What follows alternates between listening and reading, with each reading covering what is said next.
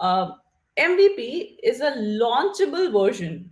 When I say launchable, it means that it has to be of a certain quality given the table stakes, given how your competitors are, what kind of market you're operating in, right?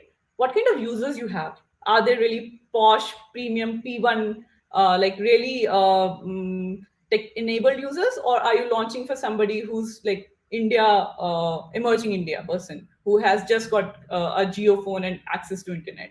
So this definition of what launchable could be can change, but you need to know what is that launchable version of the product that supports minimal word is important again, because you can always bulk it up.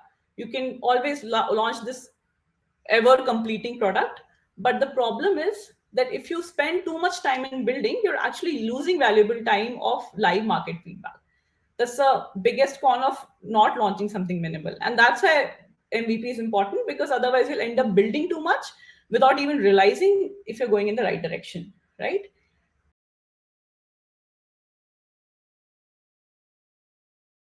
The elements of the MVP you launch have more gravity than you think. So it's like dropping an anchor into the sea and saying, this is who we are.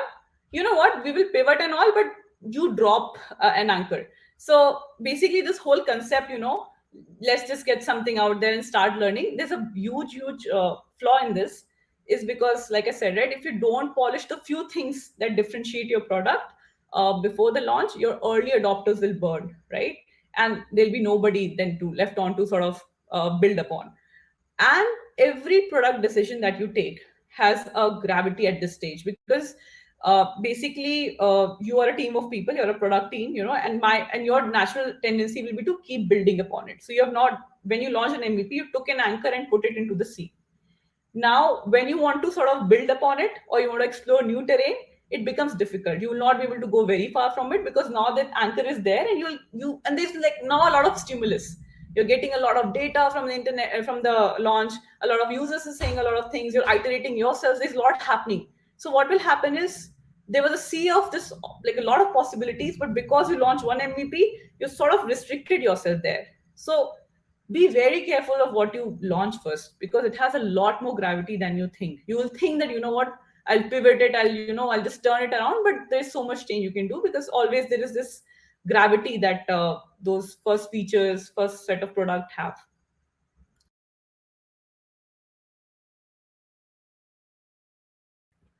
So your product, the product that you launch, should not just be functional.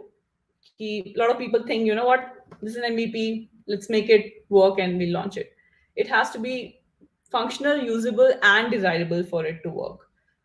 Because see, people don't talk about things which are just functional. If you want people talking about you, if you want your early adopters to like really love you, there has to be some desire there. There has to be something which makes them surprised or intrigued or feel delighted, so that they feel the need to talk about it, or they feel the need to talk to you. You know what, I love your product, maybe you could do these 10 things more, and you know what, I don't like this thing, or I like this thing, or whatever. But you have to hit this well, and hit this really well to get to that stage.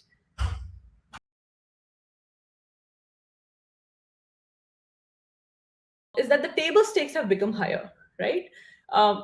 Now people have more access to technology and technology products, and the minimal quality that they were okay with earlier, that has gone up. But people earlier didn't know what to expect, but now they're using all these products, and generally the access to technology has improved, so they know in their minds, what they want. So their standards have improved. And then the true competition is not generally launching something new or different, but it's also to ourselves, that can we launch the best experience of our product. And when I say best experience, I don't mean that you have to go ahead and build something for years, or I'll launch the product only when it's perfect. You don't have to think like that. That I'll launch all the features in the world and then only I'll launch it. That's not what I'm saying at all. All I'm trying to say is that you should know that it's not the old age.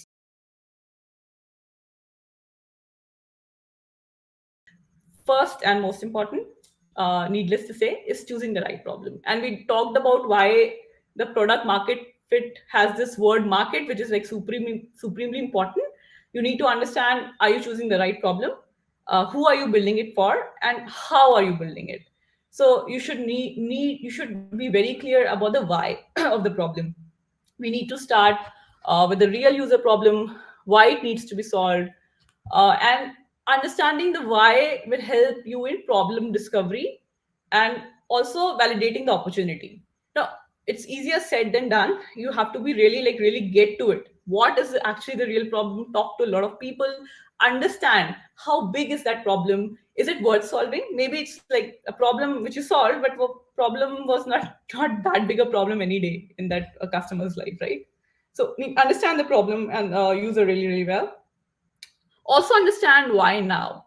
Why now meaning, what is this the right time to launch something like this? Because maybe you're launching something for which you're maybe early to market, or you're late to market, or maybe the market has not developed a certain feasibility. There's like maybe that technology doesn't exist. So for example, if you want to build like an Uber today and you don't have GPS on phones, while there was an earlier version of Uber which used to run SMS, but the current day Uber will not work without GPS on phones. And I think Instagram, the rise of Instagram was also coupled with the rise of phones having great cameras.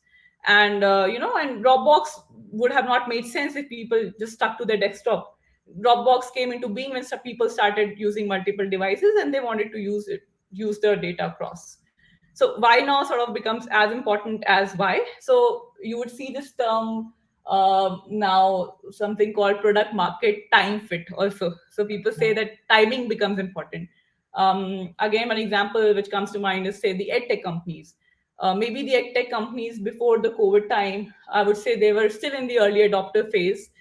There were some people using it, but it was not mainstream. Not all the children in the country were studying via a laptop or a computer, right? They were still going to schools, and it was mostly on the sidelines. People were warming up to it, but it wasn't there. And I think COVID just crossed them across this whole Charles thing, and suddenly a lot of early and late adopters came on board. A lot of laggers came on board because they had no other option. Teachers who had never touched a computer before, there are these heartwarming videos, right, of them trying to use a computer and teach kids. So why now sort of becomes important if you look at it like that. There are very important one is again the why us, and why the why us is important is knowing that what makes you the best equipped person to solve this. When you're startup starting a company, do you think you have the right domain expertise? And if you don't have, will you get the people with the right domain expertise? How would you go about doing it? Even more so for a company, right? When a big company starts thinking that, what is a new thing that I should do, the first question which comes is, why us? And this is a question that I answer for Swiggy most of the time. So if whenever we are sort of working anything new, the way we think about it is, what's in it for us as Swiggy? Why should we launch this? Will it give us any benefit? Will it give any benefit to the mothership? While Swiggy will lend its brand name to something new that we're launching, but what would it mean for Swiggy? And why us? Why do we think we are better suited to do delivery of groceries also? So maybe we'll think, what? We already have a delivery fleet, which expertise is, delivering stuff under 30 minutes. Why not just do grocery also and build on top of that capability? So all these things come into play when you're thinking why us.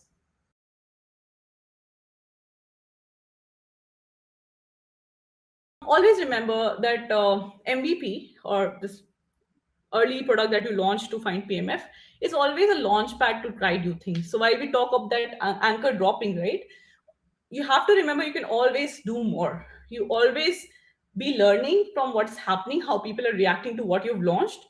Study it like a student, like very scientifically, what that means. What did that prototype reaction mean? When I launch something, these are the numbers. What does that metric really mean? And what that user really mean when he said that, or when she used that, when she clicked on that? And take it back and keep trying new things. So for example, when I'm pretty sure when we were launching food delivery, we would not have thought we'll go into these like 10 other things, or maybe we would have. But you have to keep trying new things. Very important to not stop trying new things. And the you should make it a habit. Like even at the MVP stage, you should keep exploring and not become, the, I would say, prisoner to the anchor that you dropped in the sea.